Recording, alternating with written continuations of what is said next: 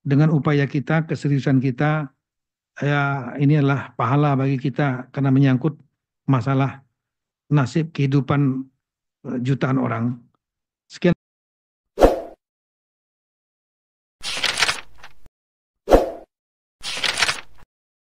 Rekan-rekan, para kepala daerah untuk mengumumkan secara luas agar para P3 atau tenaga honorer ini bisa mendaftar sesuai dengan jadwal.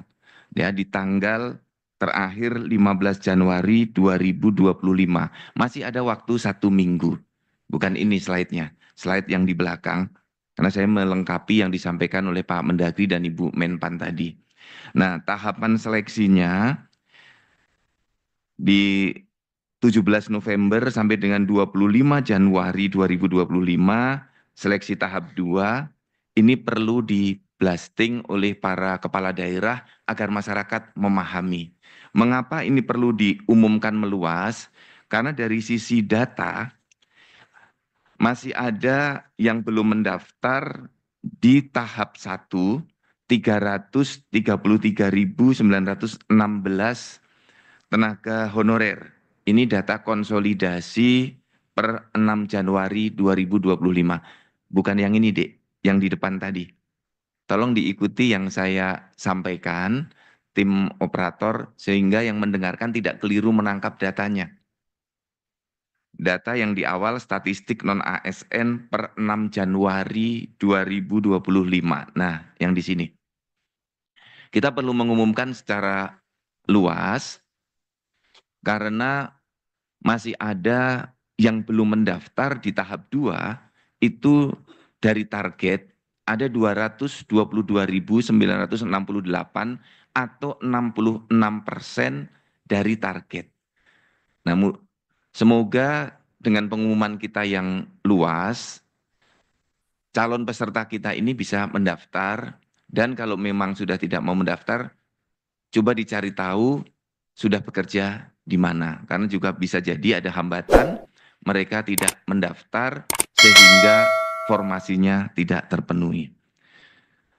Agar para peserta kita nanti bisa lulus, ini harapan kita, dari teman-teman di BKN sudah mendata di tahap 1, penyebab tidak lulusnya ternyata banyak di seleksi administrasinya. Nah, ini perlu juga masing-masing kepala BKD membuat atau mengumumkan list ini agar tidak terulang. Mengapa mereka tidak lulus? Jadi secara teknis P3K tahap 1, ini Ibu dan Bapak ada 38.291 yang tidak lulus, dan 10 besar penyebab tidak lulusnya ternyata di surat pengalaman kerja tidak sesuai persyaratan. Kemudian yang kedua, bukti pengalaman kerja di instansi yang tidak sesuai persyaratan, kolom yang kanan, alasan TMS yang warna biru. Kemudian sertifikat tambahan nilai P3K tidak diunggah. Bukti pengalaman kerja di instansi tidak sesuai dengan persyaratan. Kemudian terbanyak yang keenam, ijazahnya tidak sesuai dengan kualifikasinya. Kemudian surat pernyataan tidak sesuai dengan format yang dipersyaratkan. Kedelapan, dokumennya fotokopian, harus dokumen yang asli. Kemudian transkrip nilai tidak sesuai dengan kualifikasi pendidikan. Dan yang ke-10, surat pengalaman kerja tidak diunggah. Nah, ini 10 besar penyebab gugur atau tidak lolos di administrasinya. Yang perlu saya sampaikan Bapak dan Ibu semuanya, bahwa ini bisa jadi satu pendaftar alasan tidak memenuhi syaratnya lebih dari 1. Nah, kemudian yang TMS CPNS kemarin ada 8.843. Secara teknis ada 10 kami klasifikasikan, 10 terbesar penyebab yang tidak lulus. Sama surat lamaran, yang kedua akreditasi perguruan tinggi, yang ketiga surat pernyataan tidak sesuai format yang dipersyaratkan, yang keempat ijazahnya tidak sesuai, kelima transkrip nilainya tidak sesuai dengan kualifikasinya, yang keenam dokumennya fotokopian, yang ketujuh surat pernyataan tidak pindah penempatan tidak sesuai dengan yang dipersyaratkan. Kemudian ke-8 KTP-nya tidak sesuai. Ke-9 akreditasi perguruan tinggi, dan yang ke-10 surat pernyataannya tidak di-upload atau tidak diunggah. Ini Bapak dan Ibu semuanya alasan-alasan teknis kami nanti dari BKN akan melaksanakan kebijakan-kebijakan yang sudah ditetapkan oleh Bapak Menteri Dalam Negeri dan Ibu Menpan RB.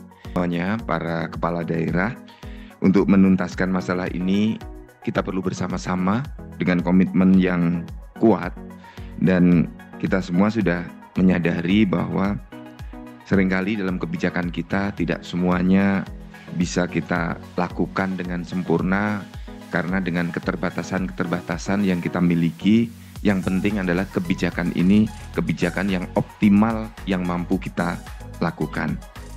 Oleh karena itu minta tolong pengumumannya, perpanjangan pendaftaran ini untuk disampaikan secara lebih meluas lagi rekan-rekan di daerah. Dan yang kedua, kami dari BKN kalau ada pertanyaan kami menyiapkan waktu untuk melakukan supervisi dan coaching klinik bagi teman-teman untuk kita menyelesaikan P3K ini pendaftaran di tanggal 15 Januari. Setelah itu kami bisa memproses untuk tahapan berikutnya. Demikian.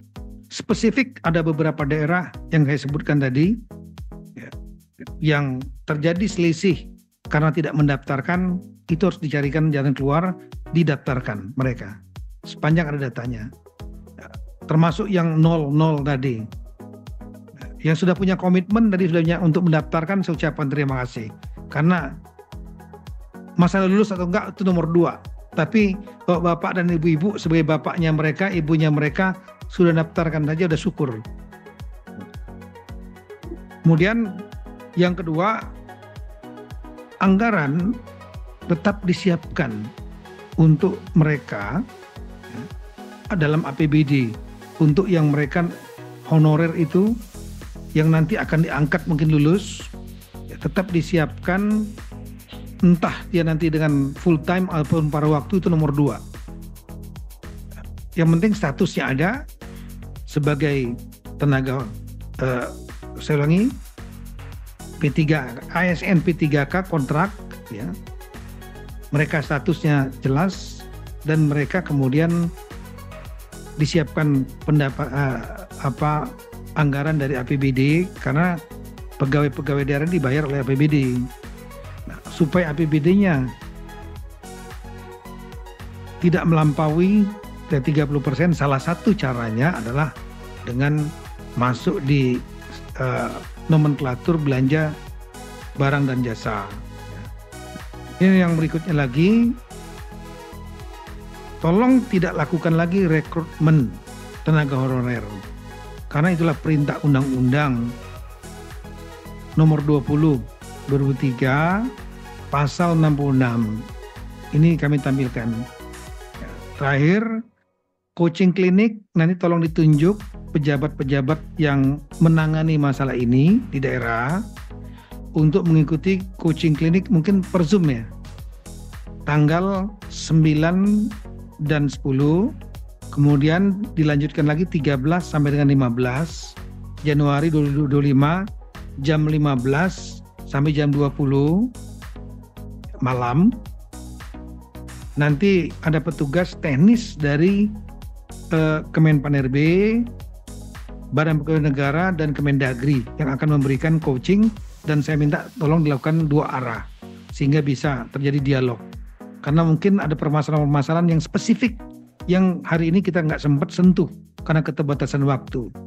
Saya kira itu Bapak sekalian, harapan kita mudah-mudahan permasalahan 1,7 juta honorer yang sudah terdata ini dapat diselesaikan sambil kita mencari solusi untuk permasalahan-permasalahan di luar itu yang berkaitan dengan kepegawaian termasuk honorer. Terima kasih atas waktu Bapak sekalian. Mudah-mudahan dengan upaya kita, keseriusan kita, ini adalah pahala bagi kita karena menyangkut masalah nasib kehidupan jutaan orang. Sekian dan terima kasih. Wassalamualaikum warahmatullahi wabarakatuh. Tuhan berkati kita semua.